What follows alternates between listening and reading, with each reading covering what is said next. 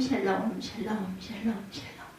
하나님 사랑합니다. 여러분 주 안에서 사랑합니다. 오늘 히브리서 10장 19절에서 25절 말씀입니다. 영혼을 권함이라는 믿음을 가지라 이렇게 말씀하고 있습니다. 그러므로 형제들아 우리가 예수의 피를 힘입어 성소에 들어갈 담력을 얻었나니 그 길은 우리를 위하여 휘장 가운데로 열어놓으신 새로운 살 길이요 휘장은 곧 그의 육체니라 이렇게 말씀하고 있죠. 또 하나님이 집 다스리는 큰 제사장이 계시네 우리가 마음의 뿌림을 받아 악한 영심으로부터 벗어나고 몸은 맑은 물로 씻으름을 받았으니 참 마음과 온전한 믿음으로 하나님께 나아가자. 또 약속하시는 이 믿으심이 우리가 믿는 도리의 소망을 움직이지 말며 굳게 잡고 서로 돌아보아 사랑과 선행을 격려하며 모이기를 패하는 어떤 사람들의 습관과 같이 하지 말고 오직 권하여 그날의 가까움을 볼수록 더욱 그리하자. 아멘.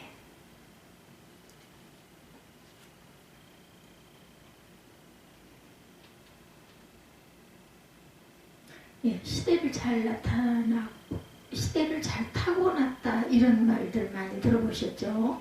반대를 시대를 잘못 타고났다, 잘못 만났다, 예, 좋지 않은 시대에 태어났다 이런 말들도 많이 합니다. 같은 시대를 살아가지만 언제 태어났는가 하는 것에 따라 힘들 수도 있고 평탄할 수도 있다라는 뜻도 되죠. 예, 이 자리에 계신 저와 여러분 중에 일제강점기에 태어나신 분 계실까요?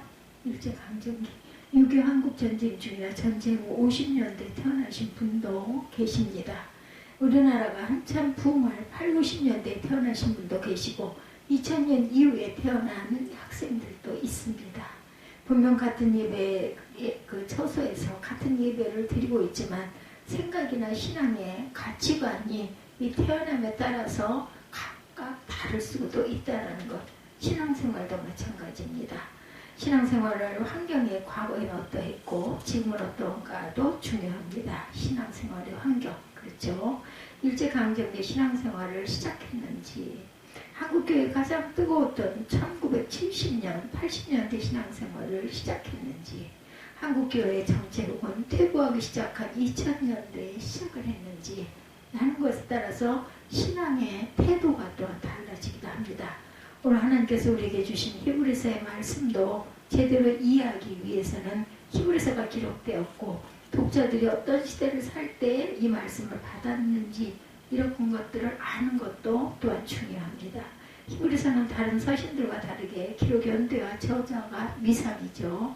성경 앞부분에 해설해 놓은 부분에도 저자 미상, 기록 연대도 언제쯤이라 추정 연도만 기록되어 있습니다. 그것도 성경마다 조금씩 다르기도 합니다. 그렇다고 언제 누가 왜 기록했는지 모른 채 보면 하나님의 말씀이 제대로 보이지 않고 들리지가 않기도 합니다. 그러기에 최대한 이해하려고 우리가 노력을 해야 되죠. 그래서 오늘은 기록 연대 저자 기록 목적을 먼저 살펴보고 본문에서 말씀하신 하나님의 음성을 듣고자 합니다. 기록 연대는 네로 황제 박해 주후 64년에서 68년 이후에 도미티아누스 주후 81년에 96년 이전 어느 해 다시 말해 주후 68년부터 81년까지 사이의 어느 해라고 봅니다. 예. 바클레이는 주 80년을 기록연대로 봅니다. 중요한 것은 히브리서가 기록될 시대가 기독교 10대 박해 중 첫 번째 박해와 두 번째 박해 사이라는 것. 우리가 이것은 기억하고 가야 할 부분이죠. 네로 황제의 기독교 박해는 여러 번 들어보셨을 것입니다. 주 64년 로마 시대 대화자가 발생했고 네로는 그 책임을 유대교인과 기독교인에게 전가합니다. 네로의 박해로 인해 주 67년 바울이 순교를 했고 이듬해인 주 68년 베드로가 순교를 당하죠. 기독교의 수장인 베드로와 바울이 순교를 당했으니 일반 성도들은 얼마나 힘들었겠습니까? 네로 황제는 자신의 정원에 나무를 세워 기독교인들을 묶어놓은 후에 기름을 발라서 화형에 처형함으로 그들이 인간 횃불로 정원을 밝히기도 했다고 합니다. 많은 성도들은 원형경기장에 끌려가 맹령이나 사자에 맞게 되기도 합니다. 그 외에도 여러 가지 방법으로 기독교인들을 박해합니다. 이런 모진 박해를 몸으로 겪어낸 로마에 있던 성도들의 심정은 과연 어땠을까요? 다음 박해자인 도미티아누스는 더 심했다고 그러죠. 네로 황제의 박해가 로마 시대에 한정된 것이라면 도미티아누스의 박해는 멀리 소아시아 지역에까지 미칩니다. 도미티아누스는 살아서 신으로 추앙을 받으려는 정책을 썼어요. 고통의 경우 로마는 선정을 베푼 황제들을 죽은 후에 신격을 시킵니다. 그렇지만 살아있는 황제를 신으로 모신 적이 한 번도 없었다고 그러죠. 로마 역사에 한 번도 한 적이 없는 일을 도미티아누스 황제가 추진을 합니다. 그러나 유일신을 믿는 기독교인들이 얼마나 힘들었겠습니까? 또 그들이 당했던 어려움은, 고통은 얼마나 많았겠습니까? 박해로 사도 요한은 반모섬에 유배가 됩니다. 반모섬에 유배된 요한은 계시록을 기록하면서 로마 제국은 큰 음료, 황제는 적그리스도라며 노골적으로 적대감을 드러내기도 합니다. 이 양대 박해 중간에 신앙생활을 하던 그리스도인들을 우리가 생각해 봅니다. 과거 네로의 박해를 생각하면 끔찍했을 것입니다. 현재도 예수를 믿는다고 땅이 빼앗기고 경제적인 어려움을 겪어야 했어요. 앞으로 신앙생활을 하는 환경이 좋아진다는 보장은 없고 더 큰 박해가 있을 조짐이 보이죠. 이때 성도를 위하여 기록된 말씀이 히브리서입니다. 저자가 미상이라고 그러죠. 바울 아니면 바나바, 아볼로 이렇게들 추정한다고 합니다. 저자는 누구인지 어찌됐든 확실히 모르겠다. 학자들은 히브리서 13장 24절 말씀 하반절 이달리아에서 온 자들도 너희에게 문안한다는 말씀을 근거로 히브리서는 로마의 집인 어떤 사람이 어떠한 이유로 그 집을 떠나서 해외에서 로마에 있는 교인들에게 쓴 것이다 이렇게 추정하기도 합니다. 그리고 저자는 히브리서 내용으로와 성경에 뛰어난 사람으로 로마 교회의 영적인 지도자였음이 분명하다고 생각한다고 그러죠.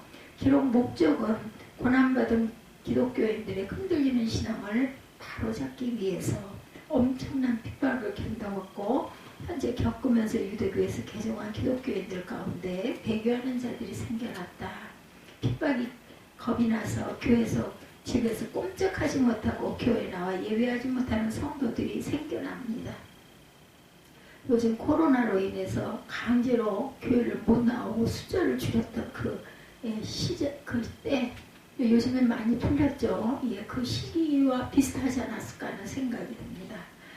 본문을 보면 기독교인의 3대 특권과 3대 의미에 대해서 말씀합니다. 먼저 기독교인들의 3대 특권, 첫째 기독교인들의 특권이 19절에서 21절. 그러므로 형제들아 우리가 예수의 피를 힘입어 성소에 들어갈 담력을 얻었나니 그 길은 우리를 위하여 휘장 가운데로 열어놓으신 새로운 살 길이요 휘장은 곧 그의 육체니라.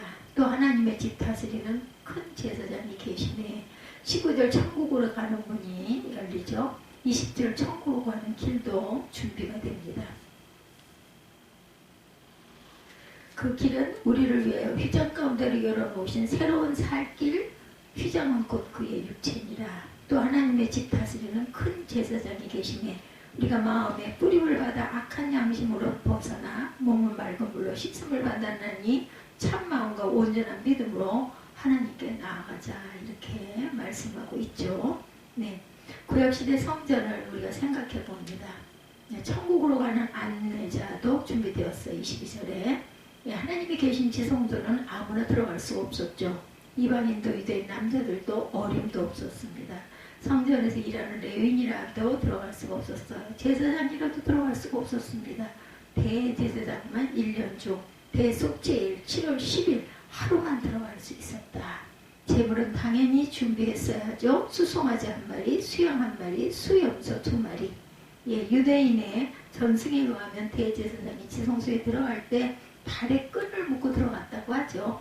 유대인의 전승에. 그 이유는 대제사장이 지성소에 들어갔다가 죽임을 당하면 끈으로 밖에서 끌어내기 위함이었다 이렇게 말합니다. 대제사장이 대속죄를 맞이하기 위하여 성전의 한 구역에 7일간 거해야 했고 이 기간에 장로들은 대속죄에게 의식을 읽어주고 설명해 주었다고 합니다.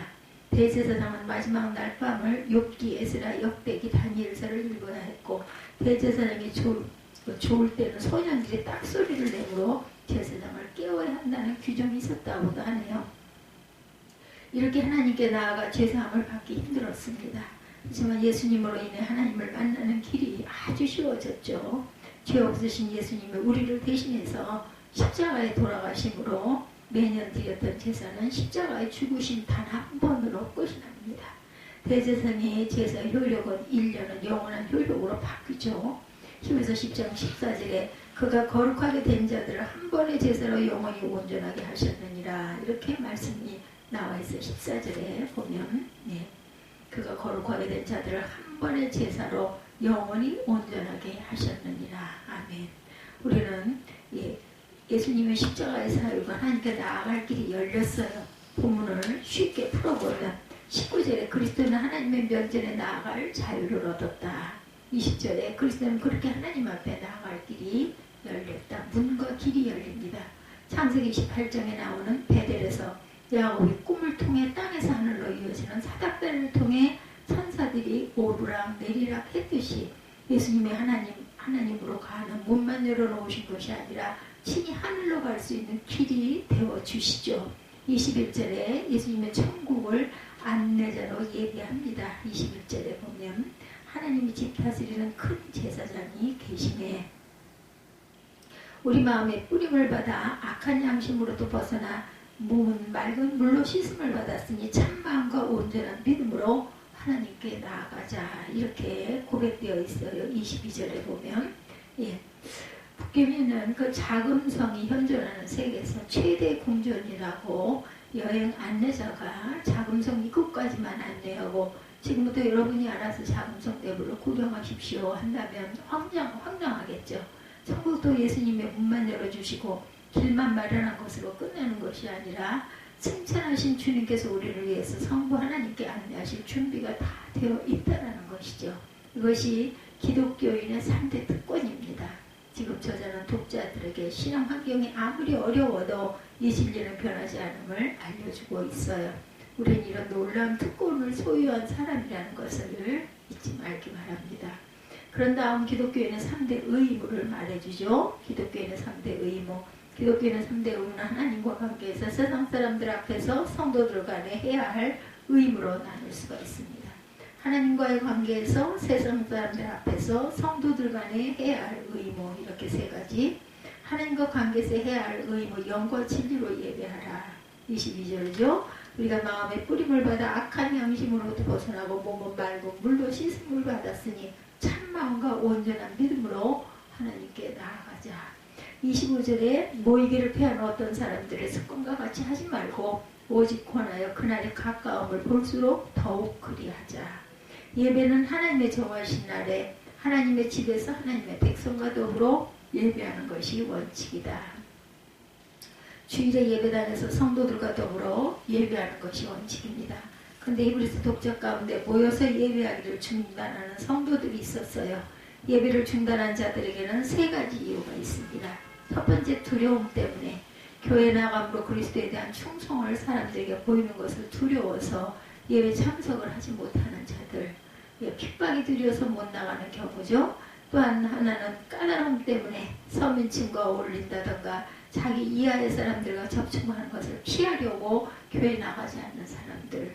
세 번째, 자기 과신 때문에 설교자의 수준, 교인들의 수준이 낮아서 예배에 참석하지 못하겠다고 하고 자신은 교회에 나가지 않아도 신앙관리를 잘할 수 있다고 과신하는 사람들의 예배에 참석하지 않는다라는 것이죠.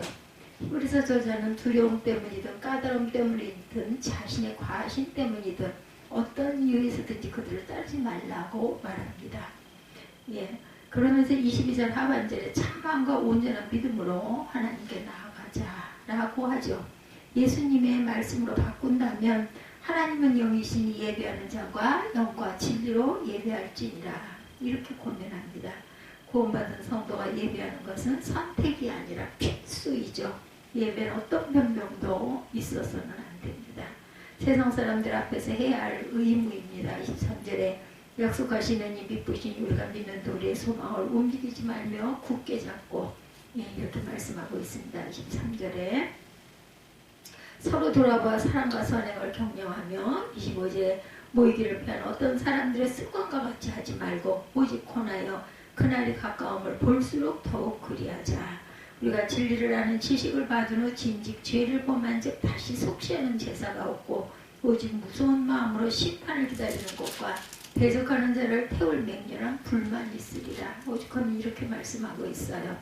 예, 해야 할 의무, 서로 돌아봐 사랑과 선행으로 격려하며, 예, 어떠한 박해가 있자 모임을 꺼리게 되고 성도의 교제가 멈춰버려요. 박해가 있자. 그러니 힘든 성도들을 위로받을 데가 없어진 것.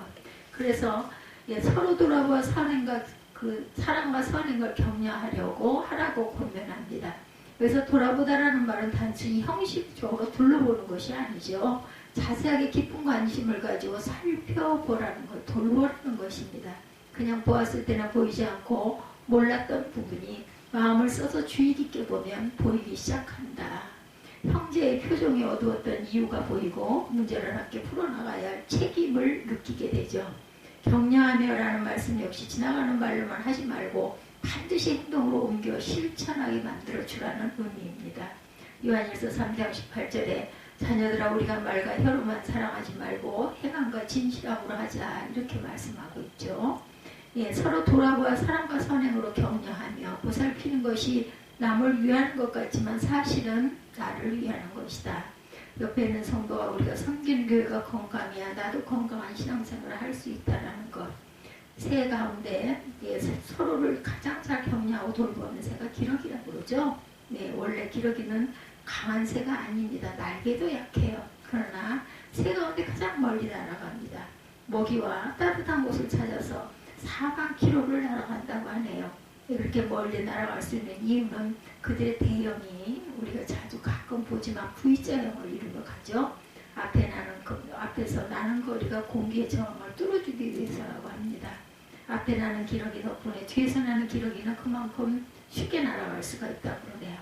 조류학자들에 의해서 기러기 같은 대형을 나는 것이 혼자 날 때보다 71% 정도 더 오래 날 수 있음이 증명이 되었다고 합니다. 앞서 가던 기러기가 지치면 뒤에 가던 기러기가 앞으로 갑니다. 병든 기러기가 있으면 한두 마리가 남아서 돌아보다가 회복되어 같이 날아간다고 하죠. 미물인 새들도 이러할 텐데 하나님의 성도들은 마땅히 서로를 돌보는 것이 마땅하겠죠. 성도들은 예수 그리스도의 피로 맺어진 그러한 한 가족입니다. 그러므로 서로 사랑하고 칭찬하고 격려해야 되겠죠. 오늘 하나님은 네로와 도미티아누스 황제 바케사이의 신앙생활하던 성도들에게 주신 그 말씀을 우리가 함께 은혜를 나눴습니다. 지금 우리 신앙 환경은 상당히 어렵습니다. 앞이 어두워 보이죠. 이 코로나 변이 바이러스가 끊이지 않고 있다 보니까 지금 성도들 중에 예배 참석하는 것을 힘들어하는 분들이 많이 있습니다. 교회는 선교기간 구역을 통해 교제하지 못하고 여러 가지 어려움, 신방도 제대로 하지 못하고 있죠. 이 시기를 의식하지 않고 살다 보면 코로나가 종식된 거다. 신앙도 종식될 가능성이 크다는 것을 잊지 마십시다. 오늘 주신 말씀으로 저와 여러분의 신앙생활을 다시 한번 돌아보는 그런 시간 되기 바랍니다. 신앙생활의 고비를 맞은 지금 신앙생활에서 멀어지고 떨어질 것이 아니라 더욱더 말씀대로 깊이 주님의 말씀 속에 거하는 저와 여러분들 사순절 기간이 되시기를 주님의 이름으로 축복합니다.